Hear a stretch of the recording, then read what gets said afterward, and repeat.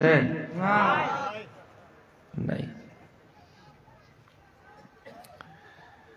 মউত সম্পর্কে আল্লাহ তাআলা সূরা আলে ইমরানে বলেন,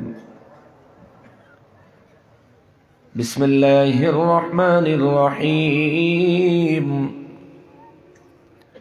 কুল্লু নাফসিন যায়িকাতুল মাউত। আওয়াজ করে বলেন আল্লাহু আকবার। সূরা আলে ইমরানে মহান রব্বুল আলামিন বলেন,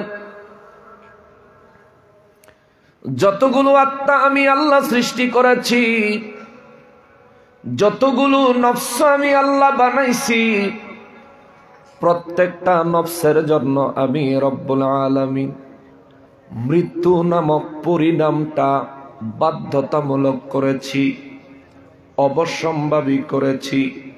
কুল্লু নাফসিন, প্রত্যেকটা নফসকে, প্রত্যেকটা আত্মাকে, যায়িকাতুল মাউত, আল্লাহ বলেন মৃত্যুর স্বাদ গ্রহণ করতেই হবে।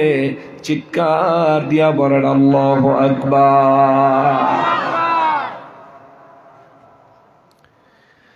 মৃত্যুবরণ করাই লাগবে, অস্বীকার করার কোনো সুযোগ নাই। আল্লাহর রাসূলদেরকে অস্বীকার করে নেওয়ালা আছে। আল্লাহর কালাম কোরআনুল কারীমকে, আল্লাহ পাকের মহাবাণী অস্বীকার করার মানুষ জমিনে আছে। সমস্ত সৃষ্টি মহান রব্বুল আলামিন সৃষ্টি করেছেন। সমস্ত সৃষ্টির পরিচালনার ভার খোদ রব্বুল আলামিন নিজে বহন করতেছেন। এই কথার উপর বিশ্বাস করে না এমন মানুষও আছে, কিন্তু মৃত্যু স্বীকার করে না এমন কোন মানুষ নাই। স্বীকার না করেওয়ালা মানুষ আদম নবী থেকে আজ পর্যন্ত একজনও পাওয়া যায় নাই। আমার আল্লাহ কোরআনুল কারীমে ঘোষণা দিয়েছেন, কুল্লু নাফসিন যায়িকাতুল মাউত, প্রত্যেকটা নফসকে মৃত্যুর স্বাদ গ্রহণ করা লাগবে। ও বাবা, বুঝে থাকলে জবাব দিবেন, আমাদের মৃত্যু ঘটাইবেন কি? আরো জোরে বলেন নাকি? এটা সত্য না মিথ্যা? মৃত্যুর পরের জীবন কবর। নাস্তিকরা মনে করে মৃত্যুই শেষ, মৃত্যুর পরে আর কিছু নাই। মৃত্যুর পরে মানুষ ধ্বংস হয়ে যায়, বরবাদ হয়ে যায়। মৃত্যুর পরে পুনরায় জীবিত হওয়া। ফেরেশতাদের কাছে কবরের প্রশ্নের জবাব দেওয়া, কবর থেকে পুনরায় উঠে হাসরের ময়দানে হাজির হওয়া, কবরে এবং হাসরে মানুষের জন্য জান্নাত জাহান্নামের ফয়সালা হওয়া। নাস্তিকরা এই বিষয়গুলোকে সত্য হিসেবে মানে না, তারা মানতে চায় না। এই জন্যে আমি খুতবার মধ্যে সূরা আবাসা থেকে কোরআনুল কারীমের ৮০ নম্বর সূরা, সূরা আবাসার ১৭ নম্বর আয়াতে কারিমা থেকে আরম্ভ করে শেষ পর্যন্ত তেলাওয়াত করেছি। আমার আল্লাহ এই জায়গায় বিশ্ববাসীকে কিছু কথা বলেছেন, কিছু বয়ান করেছেন, এমন বিশ্ববাসী যেন মৌতকে ভুলে না যায়, বিশ্ববাসী যেন কবরকে ভুলে না যায়, বিশ্ববাসী যেন হাসরের পরিণামের কথা ভুলে না যায়। এই জন্য আমার আল্লাহ সূরা আবাসার মধ্যে অনেক লম্বা আলোচনা করেছেন। চিৎকার দিয়ে বলেন আল্লাহু আকবার। মুসলমানেরা রে, আমার প্যারা নবীর উম্মতেরা রে, সূরা আবাসা কোরআনুল কারীমের ৮০ নম্বর সূরা। আবাসা শব্দের অর্থ হলো ভ্রু কুচকানো। ভ্রু কুচকানো। মানুষের যখন রাগ হয় মুখটা কালা করে, মুখ কালা করলে ভ্রু কুচকায় না? কুচকায় যায় না বাবা?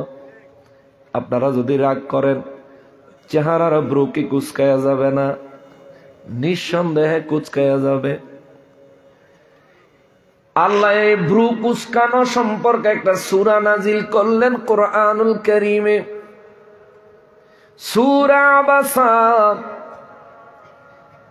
এই সূরা ভ্রু কুচকানো সম্পর্কে আল্লাহ কেন নাজিল করলেন, নাজিলের কারণটা বলি, তারপর 17 নম্বর আয়াতে কারিমা থেকে আলোচনা আপনাদেরকে শোনাবো। আমি জানি সিলেটের মানুষ, আমি জানি হবিগঞ্জের মানুষ, আমি জানি নবীগঞ্জের মানুষেরা আল্লাহর কোরআন অত্যন্ত দিল লাগাইয়া মন লাগাইয়া শোনে। কেননা এই জীবনে যত জায়গায় যতবার এই সিলেট, বৃহত্তর সিলেট অঞ্চলে কোরআন সুন্নাহর মাহফিল করেছি, এই এলাকার মানুষগুলোর মতো কোরআনের বয়ান এত মনোযোগ দিয়া শোনার শ্রোতা আমি সারা বাংলাদেশে খুব কম পাইছি। সুবহানাল্লাহ, কম, খুব কম পাইছি, এটা সত্যি কথা। সূরা আবাসা কোরআনুল কারীমের 80 নম্বর সূরা,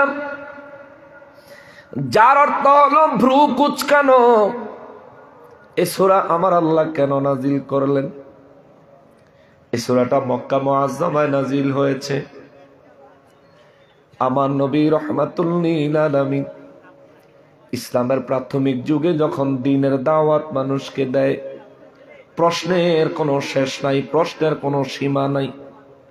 মানুষ বারবার নবীজিকে প্রশ্ন করে, কাফের বেঈমানেরা নবীকে প্রশ্নের বানে ঠেকায়া আমার নবীকে অসম্মান করার জন্য বারবার ফাঁদ পাতে। এই সমস্ত ফাঁদ পাতার কৌশল এখনকার সমাজে কিছু মুসলমানের ভিতরে দেখা যায়, ঠিক কিনা বলেন? মূলত এই ধরনের ফাঁদ ছিল কাফেরদের। এখন টুপি মাথায় দিয়া, পাঞ্জাবি গায়ে দিয়া, জুব্বা গায়ে দিয়া মসজিদের ইমাম খতিব হইয়া, মাদ্রাসার শিক্ষার্থী ছাত্র হইয়া ওলামায়ে কেরামদের ব্যাপারে এই ধরনের ষড়যন্ত্র করে। একজন আলেম, পুরা সমাজের সব মানুষ একত্রিত হয়ে সিদ্ধান্ত নিয়ে একজন আলেম দাওয়াত দিলি, ওই আলেম যেন ওই মাহফিলে না আসতে পারে, বিভিন্ন চক্রান্ত সমাজে আছে না না? একজন আলেম যদি কোন সমাজে আসে, সে কি কোরআন সুন্নাহর বাইরে কথা বলবে? বলেন। তাহলে যারা বাধা দেয় তারা কারা? কোরআন যারা শুনতে চায় না তারা কারা? কুরআনুল কারীম থেকে আল্লাহর হক সত্য দ্বীনের কথাগুলো প্রচার করতে বাধা দেয় যারা, তারা কারা? আল্লাহর কোরআনে তাদের পরিচয় খুঁজলে তাদের পরিচয় পাওয়া যায় তিনটা। কয়টা? কয়টা? কয়টা? তিনটা পরিচয় তাদের পাওয়া যায়। তাদের মধ্যে হয়তোবা তারা কাফের, ঠিক কিনা বলেন? নয়তোবা তারা মুনাফিক, ঠিক কিনা বলেন? নয়তোবা তারা আল্লাহর দুশমন, কথা বলেন ঠিক কিনা? তিনটা পরিচয় আমার নূর নবী রাহমাতুল লিল আলামিনের মক্কা মুআজ্জামায় কাফের বেঈমানেরা আমার নবীকে লজ্জাস্কর পরিস্থিতিতে ফেলানোর জন্য, আমার নবী রাহমাতুল লিল আলামিনকে লজ্জা দেওয়ার জন্য কাফেররা কয়েকজন মিলে একদিন আমার নবীকে ঘিরে ধরেছে। বড় বড় কাফেরেরা কয়েকজন মিলে নবীকে ঘিরে ধরেছে। আমার নবী রাহমাতুল লিল আলামিনের একের পর এক প্রশ্ন করতেছে। আমার নবী তো মায়ার নবী রাহমাতুল লিল আলামিন, আল্লাহ তারে তার হাবিব বানাইছেন, তার অন্তরটাকে গায়েবের ইলম দিয়া আল্লাহ পরিপূর্ণ করে দিয়েছেন। সুবহানাল্লাহ। নবী রাহমাতুল লিল আলামিনকে কয়েকজন কাফের একসাথে ঘিরে ধরল মক্কা মুআজ্জামায়। আমার নবী রাহমাতুল লিল আলামিন, ওই কাফেরেরা এক একজন প্রশ্ন করে, আমার নবী জবাব দেন। এক একজন প্রশ্ন করেন, আমার নবী জবাব দেন।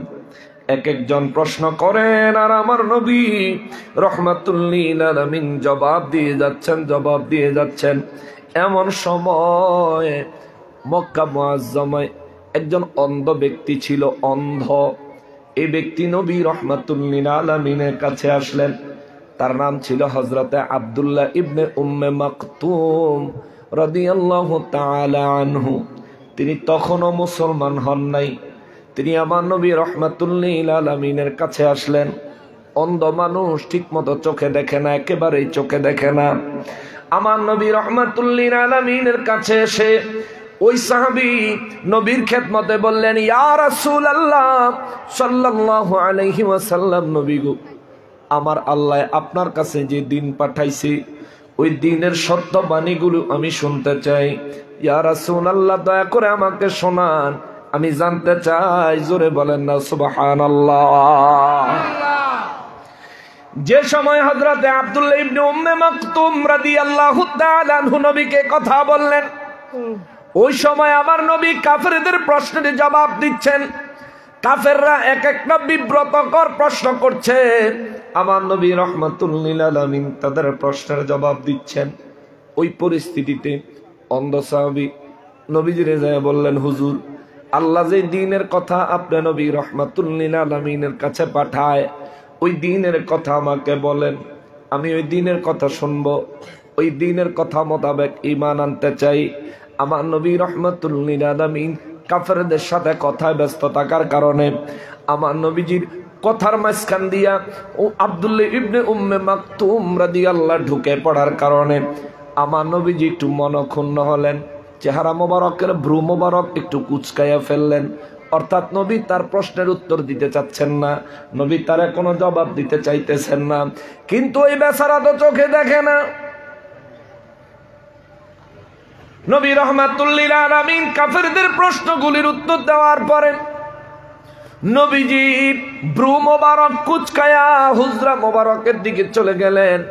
আব্দুল্লাহ ইবনে উম্মে মাকতুমের প্রশ্নের উত্তর দিলেন না। নবী না দেওয়ার কারণে আমার আল্লাহ সূরা আবাসা নাযিল করলেন। 1 নম্বর আয়াত থেকে আরম্ভ করে 16 নম্বর আয়াতে কারিমা পর্যন্ত ওই আব্দুল্লাহ ইবনে উম্মে মাকতুমের কথা আমার নবীকে আমার আল্লাহ বললেন, হুজুর, আপনি যদি আব্দুল্লাহ ইবনে উম্মে মাকতুমের দিকে মনোযোগ দিতেন, আব্দুল্লাহ ইবনে উম্মে মাকতুম অবশ্যই ঈমান গ্রহণ করত। আর যেই কাফেরদেরকে সময় দিয়েছেন তারে ভ্রু কুচকায়া ওই কাফের বেঈমানেরা তো কেউ ঈমান আনলো না। এই জন্য আমার রব্বুল ইজ্জত বলেন, নবী গো, আমি আল্লাহ বেশি খুশি হইতাম আপনি যদি আব্দুল্লাহ ইবনে উম্মে মাকতুমের সময় দিতেন। জোরে বলেন সুবহানাল্লাহ। 1 নম্বর আয়াতে কারিমা থেকে যদি তাফসীর শোনাই তাহলে লম্বা হয়ে যাবে। আমি সংক্ষেপ করার জন্য সার সংক্ষেপ কথাটা বললাম।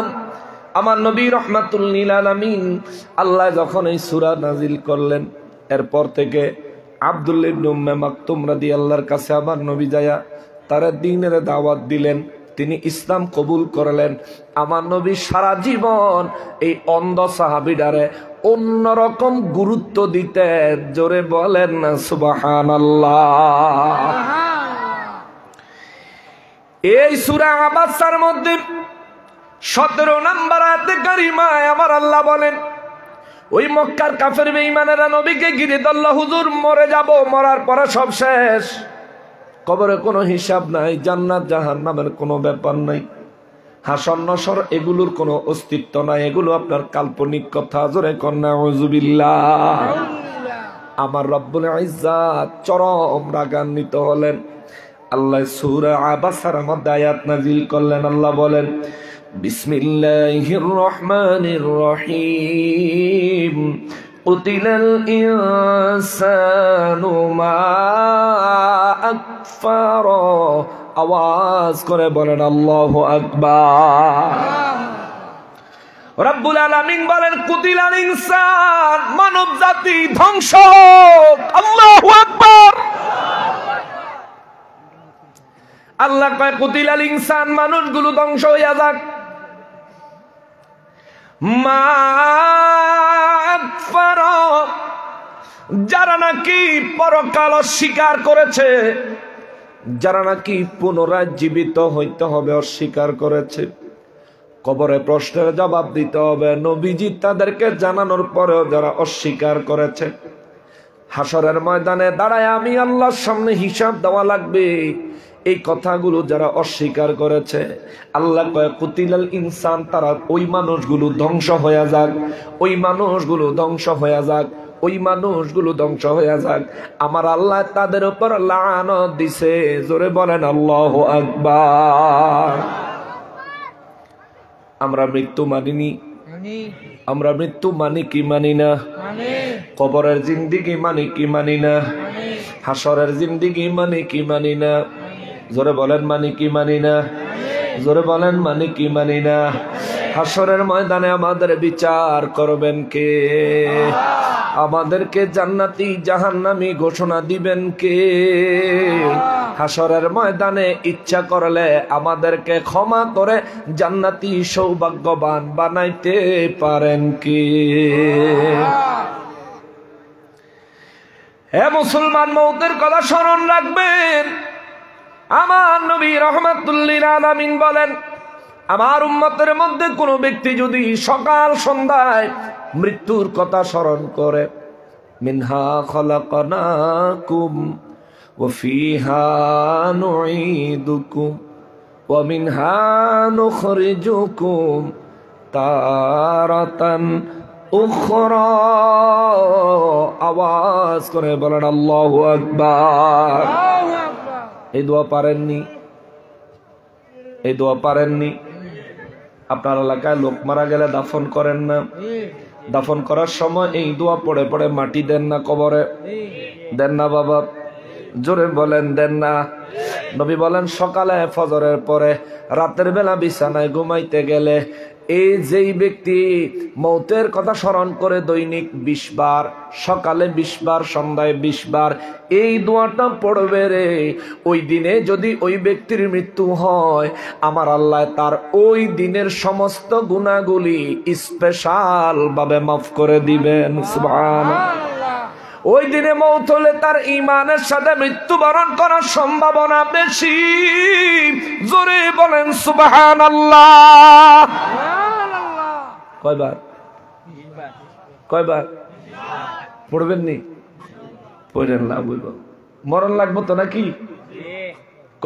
কয় বছর পরে?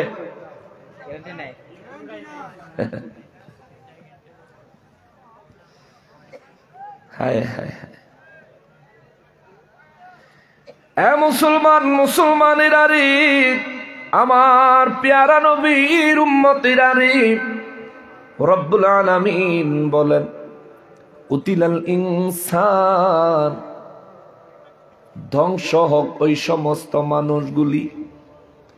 অথচ মানুষ বানাইছেন কে? আল্লাহ। অনেক মায়া কইরা বানাইছে। বিশ্বাস করেন অনেক মায়া করে আল্লাহ মানুষ বানাইছেন। ফেরেশতারা মানা করছে, আল্লাহ কয় তোমাদেরকে জিজ্ঞাসা করি নাই বানাবো না কি বানাইতাম না? আমি তোমাদের কাছে অনুমতি চাই নাই বানাবো কি বানাবো না। আমি রব্বুল ইজ্জত শুধু আমার সিদ্ধান্ত জানাইছি, জাইলুম ফিল আরদি খলিফা, আমি জমিনের জন্য আমার খলিফা বানাবো। যে রব্বুল আলামিন ফেরেশতাদেরকে ধমক দিয়া মানুষ বানাইলেন, ওই রব্বুল আলামিন এই মানুষকে ধ্বংস করার জন্য আল্লাহ লানত দেয়। কুতিলাল ইনসান, ধ্বংস হয়ে যাক ওই সমস্ত মানুষগুলি যারা মা আকফার, মৃত্যু, কবর, হাসরকে যারা অস্বীকার করে, পুনরায় জীবিত হওয়াকে যারা অস্বীকার করে। তাদের প্রশ্ন হইল আমরা আবার পুনরায় জীবিত হব কিভাবে? মারা গেলে মরলাম তো সব শেষ হয়ে গেল। কাউরে দাফন করার পরে কিছুদিন পরে তার কবর খুঁড়লে তার কবরের ভিতরে তার লাশ পাওয়া যায় না, হাড্ডি গুড্ডি পাওয়া যায়। বেশ কিছু বছর যাওয়ার পরে হাড় গুঁড়ো ঠিক মতো পাওয়া যায় না। কাফের বেঈমানেরা কয় যাদেরকে মৃত্যুর পরে আগুন দিয়ে জ্বালায় দেয় তাদের তো হাড্ডি সহকারে পুড়ে ছাই হয়ে যায়। তাইলে পরকালের জীবন আবার কি? মানুষ তো বরবাদ হয়ে গেল, ধ্বংস হয়ে গেল, শেষ হয়ে গেল। তাইলে পরকালের জীবন আবার কিসের? আশেপাশে এলাকায় হিন্দু ভাইরা আসেনি? হিন্দু ভাইরা আছে। ওই হিন্দু ভাইদের কাছে বলি, ভাই আপনাদের ধর্ম আপনাদেরকে একটা থিওরি দিয়েছে, মারা যাওয়ার পরে আগুনে জ্বালাইয়া দিলে জান্নাত জাহান্নামের কারবার শেষ, আপনার অস্তিত্ব বিলীন হয়ে গেল। আপনাদের ধর্ম বলে আগুনে জ্বালাইয়া দেওয়ার পরে দেহ শেষ হয়ে গেল, এরপরে রুহুটা নাকি কেউ কয় স্বর্গে যায়, কেউ কয় নরকে যায়, অর্থাৎ জান্নাতে যায় অথবা জাহান্নামে যায়। তবে শুনেন, আপনাদের ধর্মের কথা, আমরা সেই কথাগুলোকে অসম্মান করি না, কেননা কোনো ধর্মকে অসম্মান করা ইসলাম শিখায় না। আবার ভিন্ন কোন ধর্মের মূর্তির পাহারা দেওয়া ইসলাম সমর্থন করে না। কথা বলেন ঠিক কিনা? ওরা ভাঙলো কত অলির দরবার, পাহারা দিল মন্দির বারবার। ওরা ভাঙলো কত অলির দরবার, পাহারা দিল মন্দির বারবার। নবীর তাজিম হারাম মানে, আবার মূর্তির তাজিম ভালোই জানে, ঠিক না? নবীর তাজিম করে না, দাঁড়ায় সালাম দিতে চায় না। তা আমার আগের হুজুর লিল্লাহে তাকবীর আইয়ে, কিন্তু নারে রিসালাত আইয়ে না, ঠেইলে আনন্দ লাগে, বুঝছেন না? ওরে নবীর তাজিম হারাম মানে, মূর্তির তাজিম ভালোই জানে। আবার গীতা পড়লো কি মধুর, চোরের গোষ্ঠী চোরের মেলা মিলাইছিল মুর্শিদপুর। ওরে জাতির কাছে প্রমাণ আছে, ওরে জাতির কাছে প্রমাণ আছে, ওহাবিরা গরু চোর। ঠিক কিনা বলেন? চোরের গোষ্ঠী চোরের মেলা মিলাইছিল মুর্শিদপুর। ওরে অবাক হলাম ইমাম দেখে, বালিশার তরকারি চোর সে। অবাক হলাম ইমাম দেখে, ওরে বালিশার তরকারি চোর সে। অবাক হলাম আরেক ইমাম দেখে, মসজিদ ঘরে বাসর করেছে সে। ঠিক কিনা বলেন? এটা নতুন, একবারে নতুন, টাটকা, একদম তাজা ঘটনা। এরাই মূর্তির পাহারা দিছে, আল্লাহর ওলিদের দরবার ভাঙচুর করছে। এদেরকে আল্লাহ কি পরিমাণ লাঞ্ছনা আর অপমানের মুখোমুখি করছে, কথা কন ঠিক কিনা? এদের আকল থাকলে তওবা করব, পরিবর্তন হবে। ওরে অবাক হলাম ইমাম দেখে, বালিশার তরকারি চোর সে। চুরি করে শুকর আদায়, চুরি করে আবার আলহামদুলিল্লাহ কয়। ওরে চুরি করে শুকর আদায়, এ তো জঘন্য কুফর। চোরের গোষ্ঠী চোরের মেলা মিলাইছিল মুর্শিদপুর। ঠিক কিনা? পাঁচকল্লি টুপি মাথায় পড়ে, আগুন জ্বালায় মসজিদ ঘরে। পাঁচকল্লি টুপি মাথায় পড়ে, আগুন জ্বালায় খোদার ঘরে। ওরে আগুন জ্বালায় আল কোরআনে, আগুন জ্বালায় আল কোরআনে। এরা আসল ইমান চোর। কষ্ট হইতেছে সামনে গো মুসলমানেরা রে, আমার পেয়ারা নবীর উম্মতেরা রে। আমরা ওই হিন্দু ভাইদেরকে বলি, আমরা কখনোই আপনাদের ধর্মকে তুচ্ছ তাচ্ছিল্য করে কথা বলি না। আপনাদের ধর্মের বিষয়ে, আপনাদের ধর্মগ্রন্থের বিষয়ে পরিপূর্ণ সম্মান রেখে আপনাদেরকে একটা কথা বলে যাই, শোনেন। প্রয়োজনে ডাক্তারের কাছ থেকে জিজ্ঞেস করলেও জবাবটা পাবেন।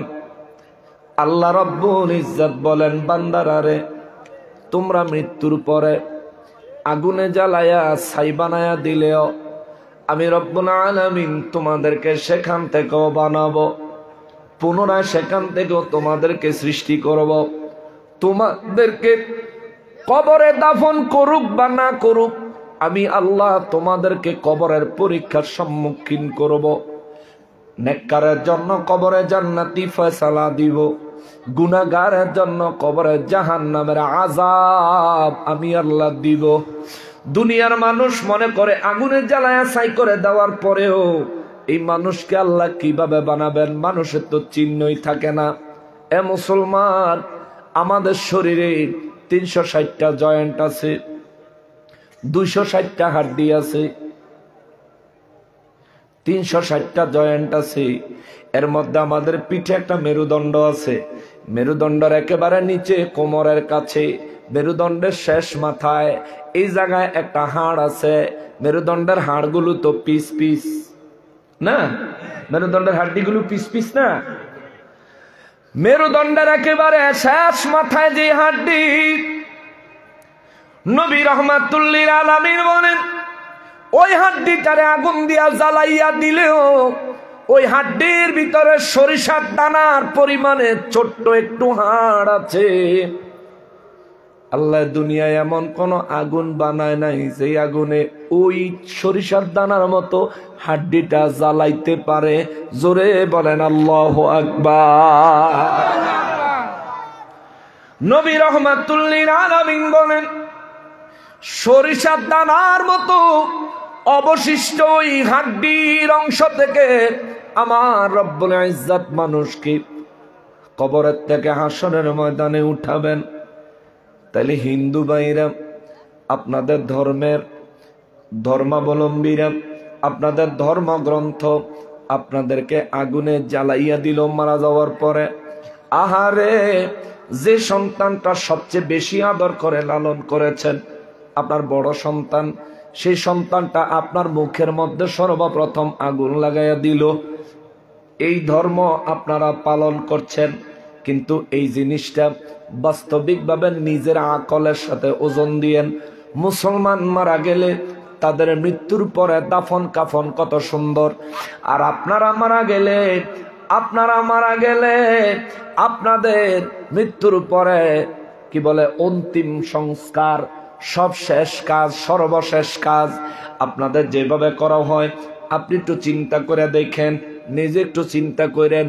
এই নবীগঞ্জের মাটিতে গোটা বিশ্বে যত মুসলমান আছে, গোটা বিশ্বে যত হিন্দু ধর্মাবলম্বী আছে, ইসলামের বাইরে যত ধর্মের লোক আছে, প্রত্যেক ধর্মের লোকেদেরকে নবীগঞ্জ থেকে, হবিগঞ্জ থেকে, সিলেট থেকে, বাংলাদেশ থেকে আমরা দাওয়াত করি।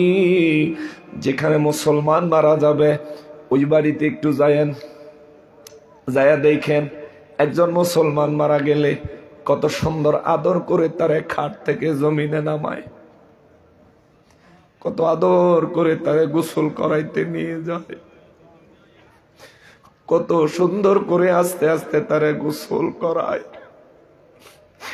কবে জানি এই দিনটা আমার চলে আসবে রে। বিশ্বাস করেন রে বাবা, একটা মানুষ এই পরিস্থিতি আর এই গোসল থেকে বাঁচতে পারবেন না।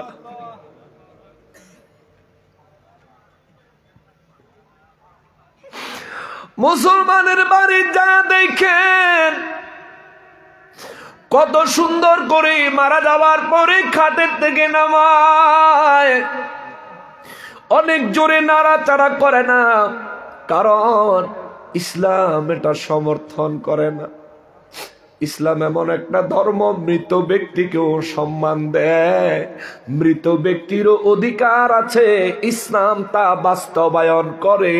জোরে বলেন সুবহানাল্লাহ।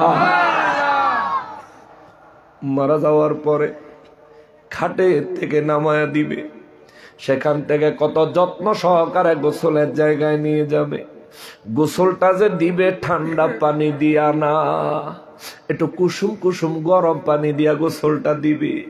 শরীরের মধ্যে সাবান লাগায়া অতিরিক্ত জোরে শরীরে ঘষা দিবে না, বড়ই পাতার গরম জল দিয়া ওরে বড়ই পাতার গরম পানি দিয়া মুসলমানের গোসল দিবে।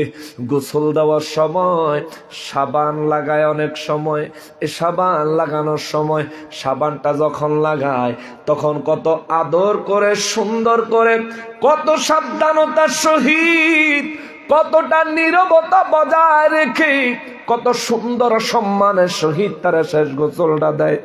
একটু যায়া দেখেন, একটু যায়া দেখেন, একটু যায়া দেখেন।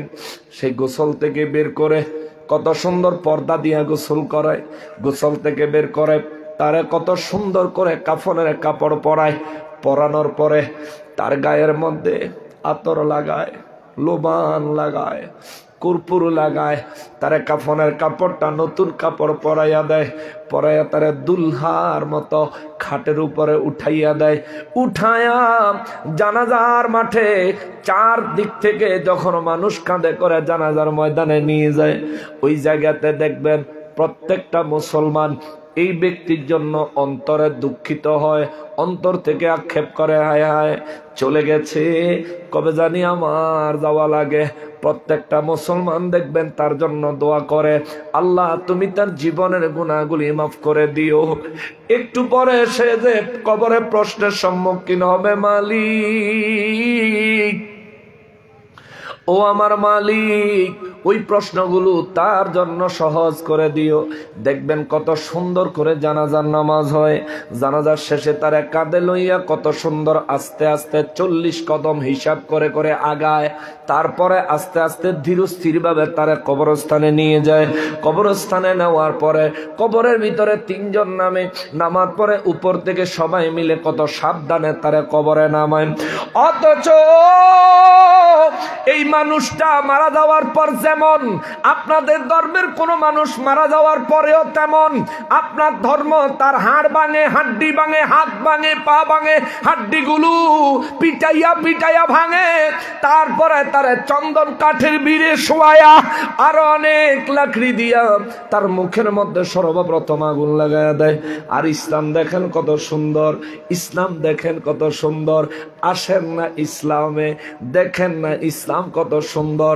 আরে ইসলাম সুন্দর হবে না কেন? আপনাদের ধর্ম বানাইছে কোনো না কোনো মানুষ, আর ইসলামের বিধি বিধান নির্মাণ করেছেন কে? আরো জোরে বলেন কে? যে আল্লাহ আপনাকে বানাইছে ওই আল্লাহ ইসলামের ধর্ম দিয়েছেন। যে আল্লাহ আমার এত নিখুঁত ভাবে বানাইছে ওই আল্লাহ ইসলাম ধর্ম জমিনে দিয়েছেন।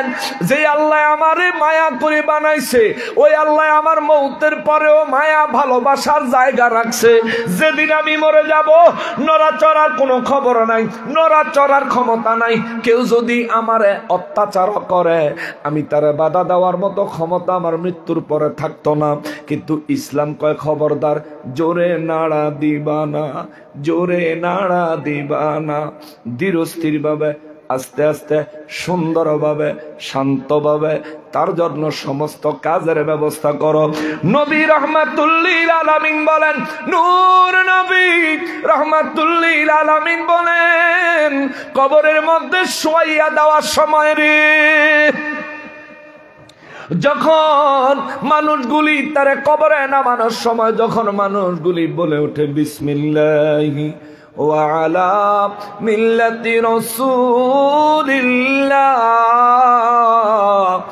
এই কথা বলে মানুষ যখন আমার উম্মতকে কবরে নামায়া দেয়, যে আমি নবীর সাথে ভালোবাসার সম্পর্ক স্থাপন করতে পেরেছে, নবী বলেন আমি মদিনা মুনাওয়ারা থেকে আমার উম্মতের মাথার নিচে আমার হাত মোবারক বাড়ায়া দেই।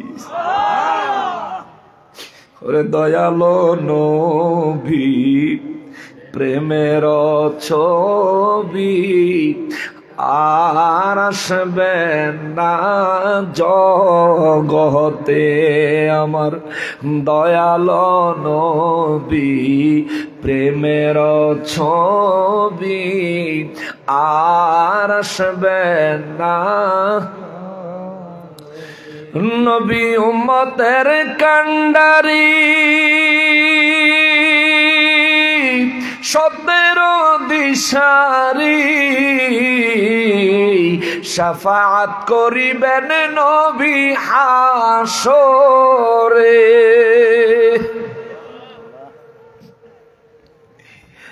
নবী উম্মতের কান্ডারি ওরে সত্যের দিশারি শাফাআত করিবেন নবী হাসরে। নবী হাসর দিনে উম্মত বিনে নবী হাসর দিনে উম্মত বিনে যাবেন না নবীজি বেহেশতে আর আসবেন না জগতে আমার দয়াল নবী প্রেমের আর আসবেন না। নবীর 63 সাল জিন্দিগি ওরে কাঁদছেন বলে উম্মতি এখনো কাঁদেন শুয়ে মদিনাতে। ইয়া রাসূলুল্লাহ নবীর 63 সালে জিন্দেগি ওরে কাঁদছেন বলে উম্মতি এখনো কাঁদেন শুয়ে মদিনাতে। নবী উম্মতের লাগিয়া পাগল হইয়া নবী উম্মতের লাগিয়া পাগল হইয়া কান্দেন নবী দিনে রাতে রে আর আসবেন না জগতে আমার দয়াল নবী প্রেমের ছবি আর আসবেন না জগতে আমার দয়াল নবী প্রেমের ছবি আর আসবেন। আল্লাহ আমাদের সবাইকে নূর নবীজির দিদার দিয়ে ধন্য করে দাও। আমিনের আওয়াজ দেহ। এই গজলটা লেখছেন তোফাজ্জল হোসেন বৈরবী শাহ হুজুর। আল্লাহ হুজুরের কবরে আজকের মাহফিলের সওয়াব বিশেষভাবে কবুল করেন, জোরে বলেন আমিন। আল্লাহ হুজুরের কবরটা জান্নাতুল ফেরদাউস বানায় দেন, জোরে বলেন আমিন। মুসলমানেরা রে আমার প্যারা নবীর উম্মতেরা রে হিন্দু ভাইদেরকে বলছিলাম মুসলমান মারা গেলে তাদেরকে কত সুন্দর করে দাফন কাফনের ব্যবস্থা করা যায় একটু দেখাইছেন। আপনি ইসলাম মন চাইলে কবুল করবেন, মন না চাইলে কবুল করবেন না, কিন্তু গিয়ে একটু দেখাইছেন। বাবারে আমার রব্বুল ইজ্জত বলেন শোনো, কুতিলাল ইনসানু মা আকফারা। আল্লাহু আকবার। ধ্বংস হয়ে যাক ওই সমস্ত মানুষ যারা মৌতের পরে পুনরায় জীবিত হওয়াকে অস্বীকার করে। কেন? রব্বুল ইজ্জত বলেন মিন আইয়ি শাইইন খালাকাহ, মৃত্যুর পরে তোমাকে আমি আল্লাহ পুনরায় বানাবো, এই বিষয়ে তুমি সন্দেহ করছো। এবার আল্লাহ বলেন এই মিন আইয়ি শাইইন খালাকাহ, তুমি কি জানো আমি আল্লাহ তোমারে কোন বস্তুর থেকে বানাইছি? একদিন তো তোমার অস্তিত্ব ছিল না, তোমার মায়ের গর্ভে তোমারে আমি আল্লাহ বানাইছি, তার আগে তোমার কোনো অস্তিত্ব ছিল না, আমাদেরকে অস্তিত্ব দিয়েছেন কি? আল্লাহ। জোরে বলেন না কি? আল্লাহ। আল্লাহ কয় মিন আইয়ি শাইইন খালাকাহু। নবী গো বিশ্ববাসীকে বলেন তারা যেন চিন্তা করে আমি রব্বুল আলামিন তাদেরকে কিসের থেকে বানাইছি। রব্বুল ইজ্জত বলেন মিন নুতফা। হুজুর তাদেরকে বলেন আমি আল্লাহ তাদেরকে তার বাবার তার মায়ের নুতফা থেকে বানাইছি।